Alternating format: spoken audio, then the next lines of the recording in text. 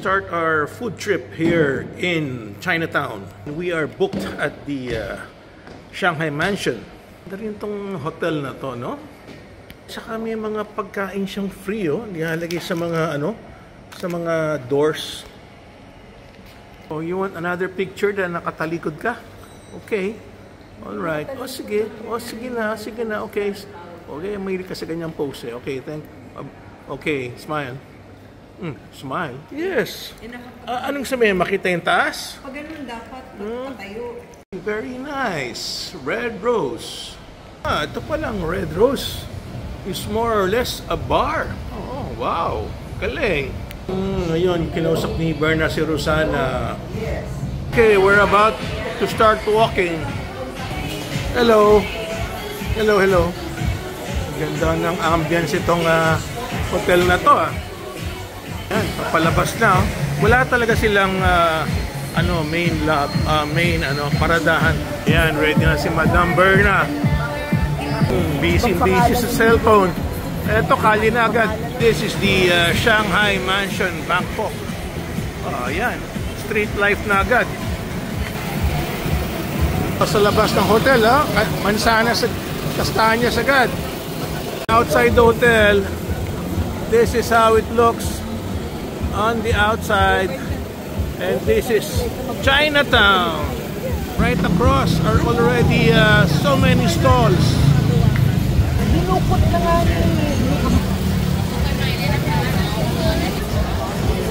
Just outside the hotel, you can already chill out and drink your beer.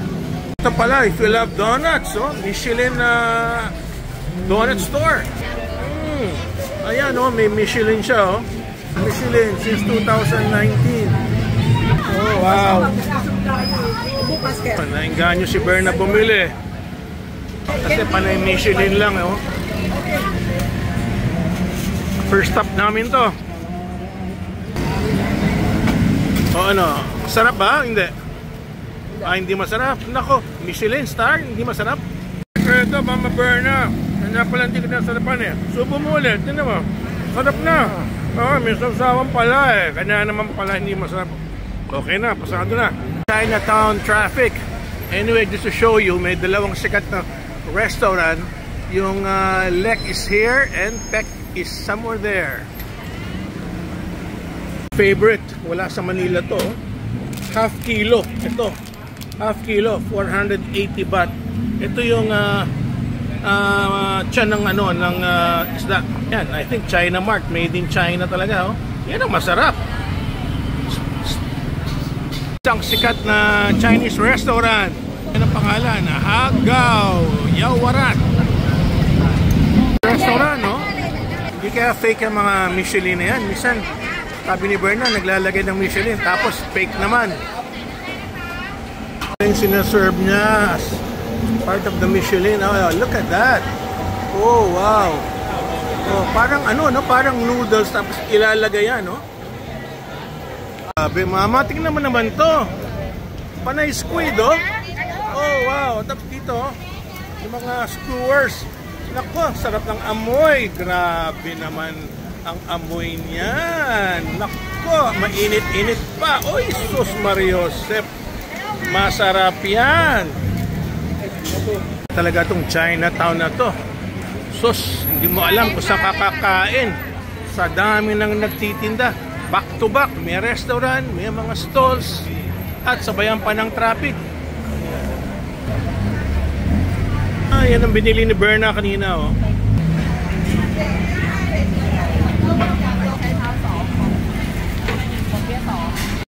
Konti pa yung taong yan, Mamaya mga before 8 o'clock or Friday, Saturday, and Sunday. Nako, mas marami pang tao.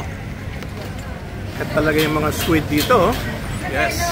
Weekends, hindi ka na halos makalakad rito. Sa sobrang dami ng tao. Wow. Food trip talaga pag Chinatown. Yan, wow, grabe. Ibang klase. Alright.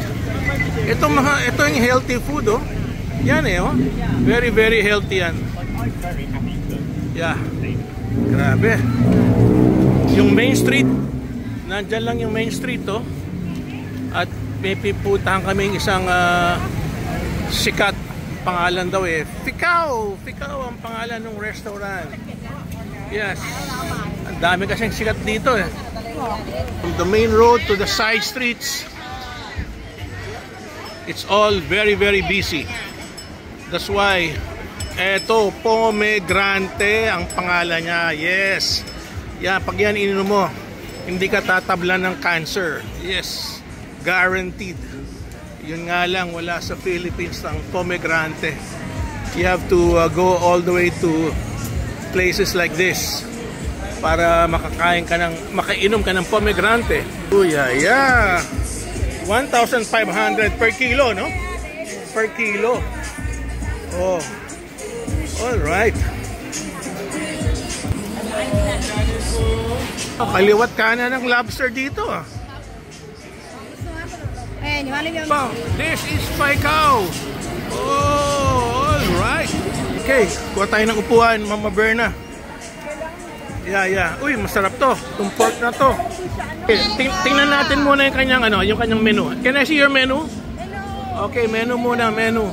Ayaw mo sa patay na isda. Gusto ni Berna yung mga buhay. Berna, pagka buhay, doble presyo. Siyempre, pag patay, ibang usapan yon. Ito talaga si Berna. Naghahanap ng buhay. Paano yan pag buhay? Doble na yung presyo niyan. Pagka buhay yan, yan, 1,620. Ito, 1,008. May scallops pa. Siyempre naman, patay na yan eh. Ito, masarap na coconut. Ito, yung mga young coconut. Yan ang masarap. Ha? Back to the main street. Kasi ayaw ni Berna ng patay daw. So, okay. Looking for mga buhay. So, this is the main street, by the way, ha? Saka ng Ficao, yung sikat, yun ang landmark mo. Yotcha! Turn left sa main road. And I see one of my favorites, oh. Oh, yan. Masarap yan. Yun ang restaurant niya, oh. Clay pot pala ang pagluto niya. Oh, yum. Yan ang restaurant niya. Waseng Hong. Ihagaw kung may mabuhay siyang isda. Ihagaw here in Chinatown. Mga dim sum pala to. Meron din siyang mga duck. At yan ang loob ng kanyang restaurant, no? It's okay. Saya, oh. Wow, ang saya rito.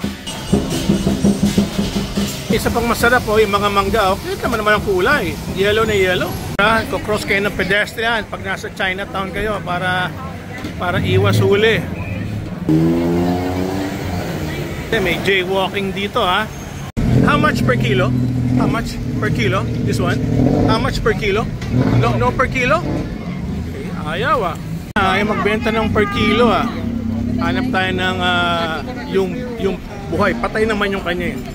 Oh, wow. Magkano per kilo? Ha? One piece.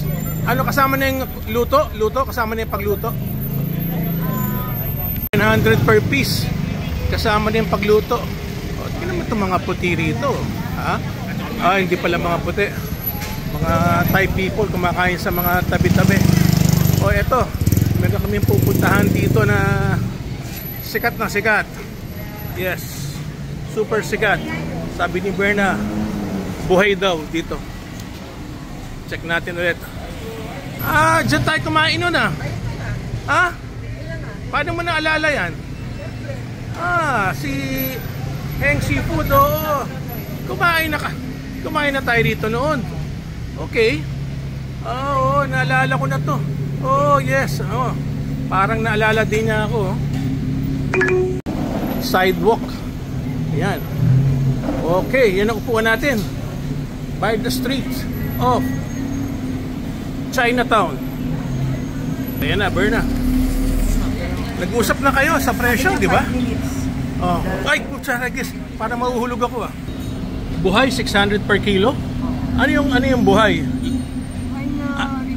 River prawns. Okay. Buhay na river prawns. Alright. May bird's nest, oh. Para sa mga hayop. hindi ka kumain sa ganyan, wala ka sa Chinatown. Nandun ka sa mga sikat na restaurant. Oh. Gahanap si Berna. Sila lahat, Berna, oh. Ayun na, buhay ang mga river prawns. Ngayon, dead ball na. And they're being barbecued for us. 1 kilo na ba yan? Oh, syempre, with rice. May kasamang rice, syempre. Parang tayo lang ang customer dito, Madam Berna. Kami, ano yung binili mo, Berna, na juice? Ano yan? Ano yan? Ano yan? Ano yan? Chatramoy. Okay. Masarap ba? Ay, milk tea. Okay. Milk tea pala yan. Okay. Ayun, oh, naka-background si, river prawns. Malapit na maluto. Berna. Ayun, kinuha na. Dito sa kabila naman, may shark's fin at saka bird's nest. Anong nilolocate mo? Ha? Yung next pupuntahan natin? Ano? Magta-taxi tayo. Magta-taxi? Okay. Ayan, iniipon na niya. Luto na. Lala. Ilang piraso? Ilang piraso? Nabilang mo ba? Bilang mo. 2, 4. 8? Ba, tag-apat tayo. Aba, okay. Kanina buhay ang mga yan. Ngayon, dead ball na sila. It will go inside their tummy. Okay, eat na tayo. Usawan. Medyo manghang. Yan, bibiyakin ni Berna yung ulo. Pakita mo yung ulo. Yan ang masarap eh. Hindi tulad ng regular shrimp. Yung ulo niyan ang importante. Merong parang battery. Ayan oh. Ayan, pakita mo. Yan ang masarap. Lala. Yan ang masarap na parte. Yung ulo niya. Medyo battery. Sabay tubig. Pala, 1 kilo. Yan ang difference niya sa shrimp. Yung kanyang mga ulo, mahaba, tsaka battery. Siya, manamis-namis. Dahil buhay eh. Pang-apat mo na yan, Berna. Pangatlo pa lang? Saan yung ulo? Yun, Yun. Sipsipin mo yan. Sarap niya, Yan, medyo battery, Sabay sauce. Oy, sarap. Part, galing sa ulo. Naku, sus Mariosa. Yung part na yan, ang the best, galing sa ulo. Yan ang kinain mo. Talagang ubod ng sarap. Hey, Ma'am Berna. Chestnuts. Okay. Piso, yan, dami pa rin taba, Wow, the best. One last piece. Eating, Madam Berna. Sarap. Okay, naubos natin yung 9 pieces. Ilan na nakain mo? 5? 4? Okay. Ako 5. Alright. So again, yan, sinusuklihan ka na. Thank you for watching.